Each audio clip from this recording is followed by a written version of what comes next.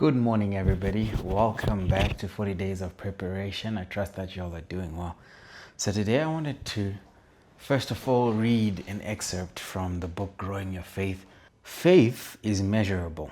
We know our faith is growing when the level of our obedience is growing. Mental assent is usually very loud, but faith is active. Beyond what we say or sound like, obedience is the truest measure of faith.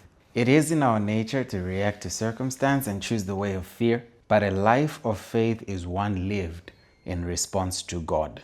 There will always be a difference between one who is moved by circumstance and one who is moved by God Himself. A life of faith is marked by surrender. Surrender is what allows the influence of God over the life of man. Surrender is spelled O-B-E-D-I-E-N-C-E. Surrender is not passive. It is actively seeking the face of God to hear His instruction and then moving on to obey Him thereafter. I'll read Psalm 37 verse 23 where the Bible says, "The steps of a good man are ordered by the Lord, and He delights in them." A life of faith embraces the reality of God and allows this conviction to shape the way we live and move and have our being. A life of faith is a life of intentionally walking in the instruction of God and subsequently in His ways. No man can walk by faith and not by sight except he is led by God Himself. So I just thought I would share this just to highlight on what we mentioned yesterday.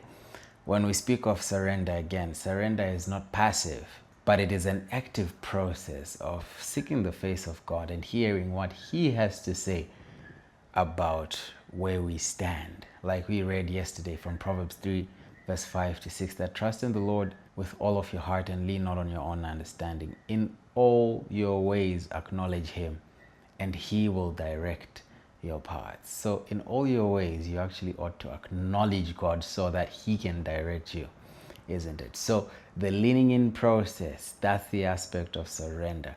However, because you say you are surrendered, there must be an acknowledgement of God Himself so that He can begin to direct you. So in case you were thinking surrender is just letting go and letting God, you are in for a shocker. I find that most of the time, in moments of surrender, God will actually ask you to do something. So in you obeying His instruction, there comes the reward, or there comes the result that proceeds from Him.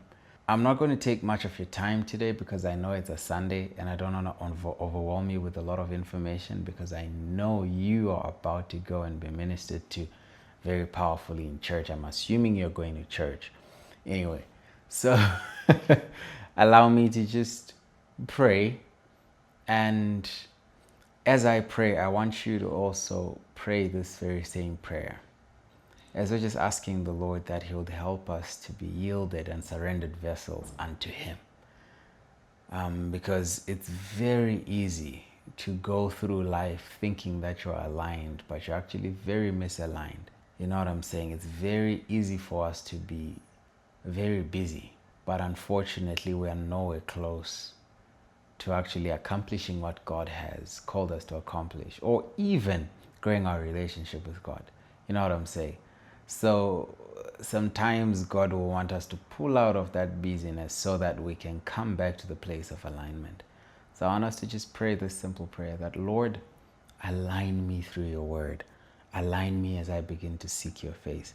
Help me to be still before you. Not just in the moments of prayer, not just in the moments of worship, but as a very lifestyle, as a heart posture.